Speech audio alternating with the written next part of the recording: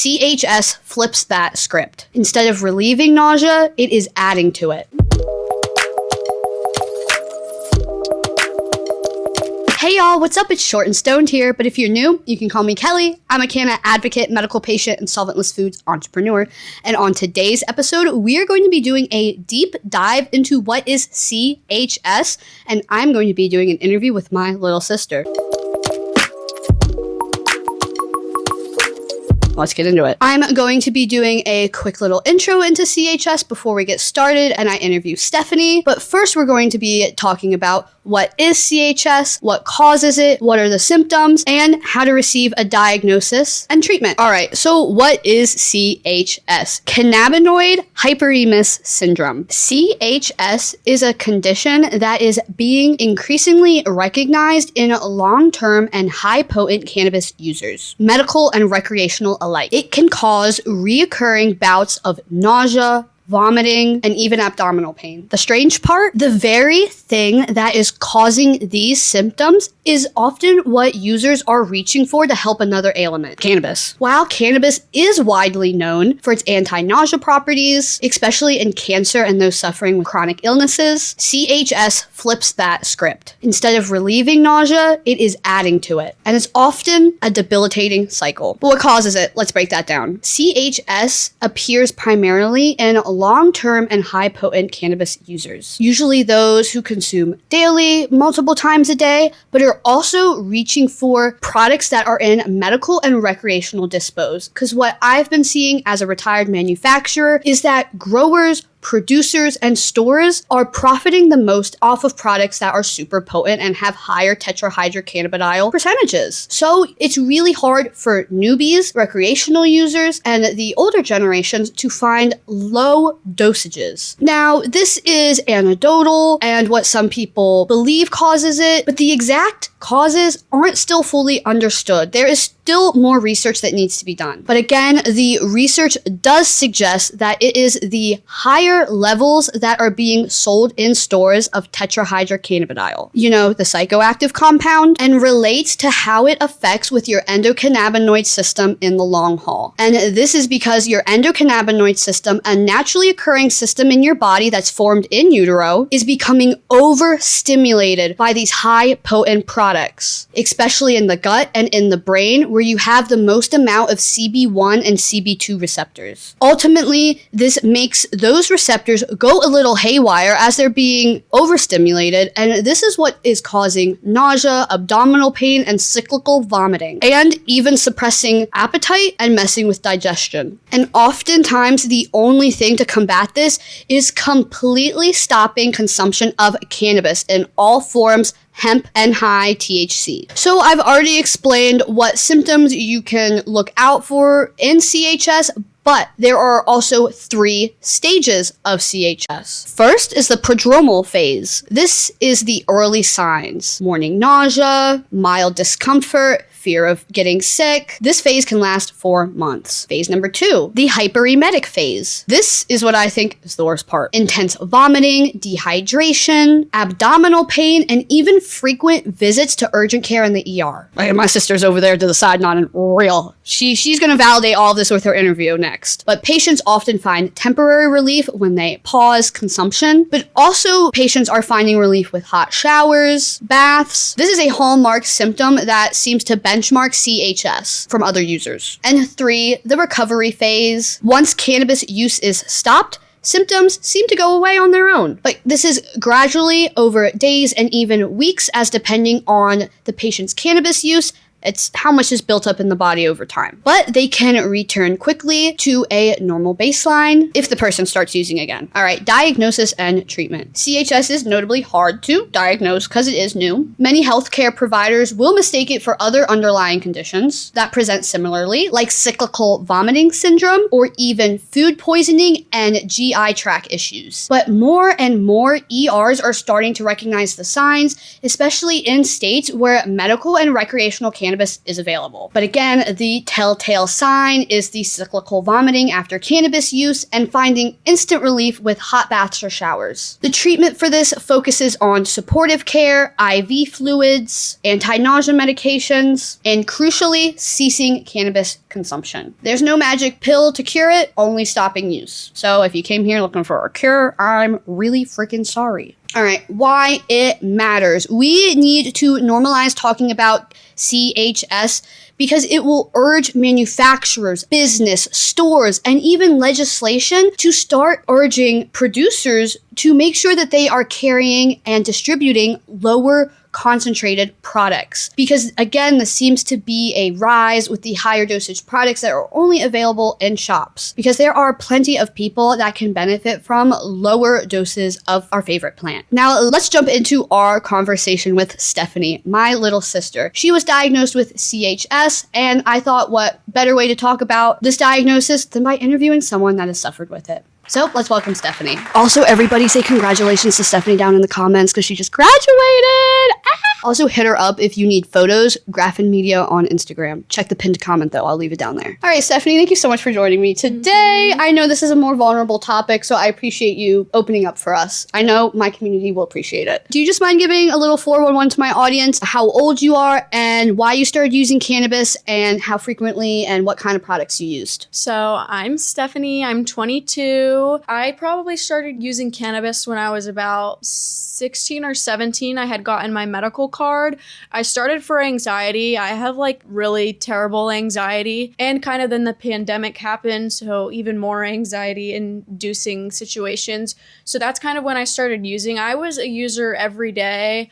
I used like the vaporizers. I also flower, concentrates. So kind of everything. I was a daily user because that was how I managed my anxiety. And the daily use, I think, is ultimately like what led up to these symptoms. So I would get my products from the medical dispo because I did have my medical card. Can you describe for us your first experience with CHS and how it differed from typical side effects of cannabis use? Okay, so my first experience of CHS was probably like quite a few years after I was regularly using cannabis. I had my medical card for anxiety, and really it started in the mornings. I was like super nauseous. It was like almost like morning sickness. I like would not be able to eat throughout the day. I would just feel so sick. I do not like being nauseous. So like that also made me anxious, and then like it made me more nauseous. It was just a whole really bad cycle. The nausea was literally the worst part. I would like dry heave and like had nothing to like throw up. Obviously, sorry, this is,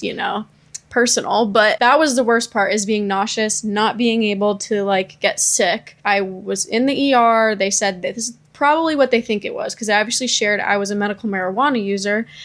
And they shared that they're seeing that is becoming a lot more common because things are more potent now. And they said you should probably see if you stop and this goes away. I didn't want to stop for a while. I kept doing it for a while, but my symptoms kept happening. So then I finally decided to stop. It took a while for my body to get adjusted to not using it, but then eventually the symptoms went away. And then eventually I started using again. Same thing happened. So then that kind of, when it happened again, it literally just confirmed that like it's causing this. I ended up back in the ER. I think it was like maybe a year and a half later, back in the ER, same exact symptoms. They said they think it was the same thing. I had all these scans, blood work, nothing else would lead to what I was experiencing other than cannabis. So stopped again. Of course, for a good 2 or 3 weeks after stopping, it's really rough on your body, like nausea to the extreme. But once you get past that, and for me, it was worth stopping, and my stomach is like the nausea and everything has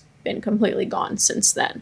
So different from typical side effects, obviously typical side effects like dry mouth, it was just so bad. Like I was like, something is wrong, something my body does not like. And that's how I knew it was different. Thank you for sharing. Yep. What was your reaction when you found out that cannabis is probably causing all of this versus helping? I think it was really frustrating at first. And I think that's why after the first time I started using it again, because there was a reason I was using it. It did help with my anxiety. So I kind of was in denial. For a long time, I was like, it's not that. It can't be that. It has to be something else. But then at 2 separate times after stopping, my symptoms got better. So I think I kind of just had to accept my my body is different. My body is not processing cannabis the way other people do. And it was kind of something I had to learn to accept. It's obviously not fortunate, but for me, I've kind of just had to accept that my body can't process it like most people. Yeah, just something else to live with. All right. How did medical professionals respond to you? Were they aware of CHS, or did it take some time to get a proper diagnosis? The first time I had gone into the ER, because I had gone to the ER twice with, basically it was like a CHS episode. That's the thing about CHS, you can't really like formally diagnose it because there is no tests to like run.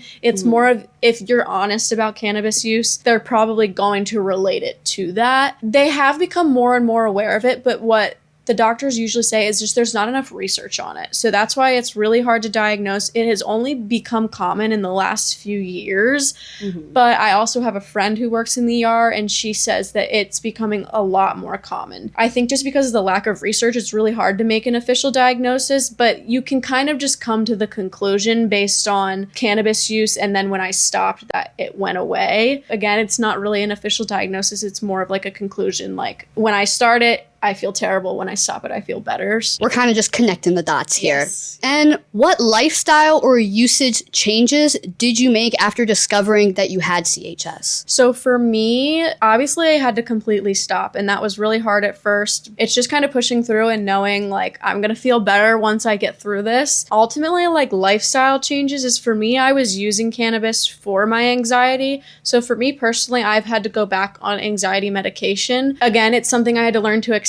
I have really bad anxiety, so I need something to help manage it. And if I can't use cannabis, then I have to like find something else through a doctor. So I've now been on an SSRI that has really helped with my anxiety, which is really good. So that's more of like a lifestyle change. I also just like to exercise. I think that really is helpful with anxiety. If I can't use cannabis for anxiety, it's more of just finding other outlets and other ways to help my anxiety. And again, usage changes is I just completely had to stop. Well, I'm glad you found something in lieu of cannabis to help with your anxiety, nonetheless. Last question to wrap it up. What would you want other cannabis users or people who think they have CHS to know if they begin experiencing nausea or vomiting? First, if it like doesn't get better, I knew it was kind of CHS when it wasn't like a one-day thing. It was repeated. I would wake up every morning so nauseous, and then being nauseous made me anxious. If it has become a recurring thing, that is not good, and that's when you need to be careful, because it got to a point for me I couldn't keep any food down. I would get dehydrated, and that's when I would end up in the ER. So you really have to be careful if it gets to a point like that. You have to be careful of dehydration, and obviously take yourself to an ER if you need to. If you feel like it is because of that, you might have to just accept that you might need to stop. If you want to feel better, certain people, again, just like their bodies can't process it. So I think understanding that and accepting that, it might not be easy, but just knowing you have to do what you have to do to feel better. But again, take care of yourself. If you need to go to the ER, take yourself to the ER and see what helps you. Yeah, gotta prioritize yourself and your health. And hey, we are not medical professionals. No. I'm only a canna professional, and she's speaking from firsthand existence. So always consult a medical professional if this is something you think you have. Thank you, Stephanie. Thank you so much for joining us here today. Thank you for being here and watching all the way to the end. If you found today's video to be insightful and informative, please drop it a thumbs up and comment down below with any questions. I'm still a smaller creator, so I can comment back to literally every single one of you, so you should try it out. And hey, if you're new, make sure to subscribe so we can keep learning and elevating together, and hit the bell icon so you never ever miss an upload. If you're curious about my type of content, my previous upload was on what is HHC, hexahydrocannabidiol, a little deep dive. And my next upload will be a fun unboxing of some product I got legally sent to my door on vacation. So stick around, the vacay videos are going to be coming in. I normally upload full-length YouTube videos every Wednesday through Saturday at 2 p.m. PST, but now I'm on vacation, so I only get in Thursday through Saturday at 2 p.m. EST, and I upload Instagram original shorts every Monday, Wednesday, and Friday. So I guess I'll be seeing you real soon. Peace.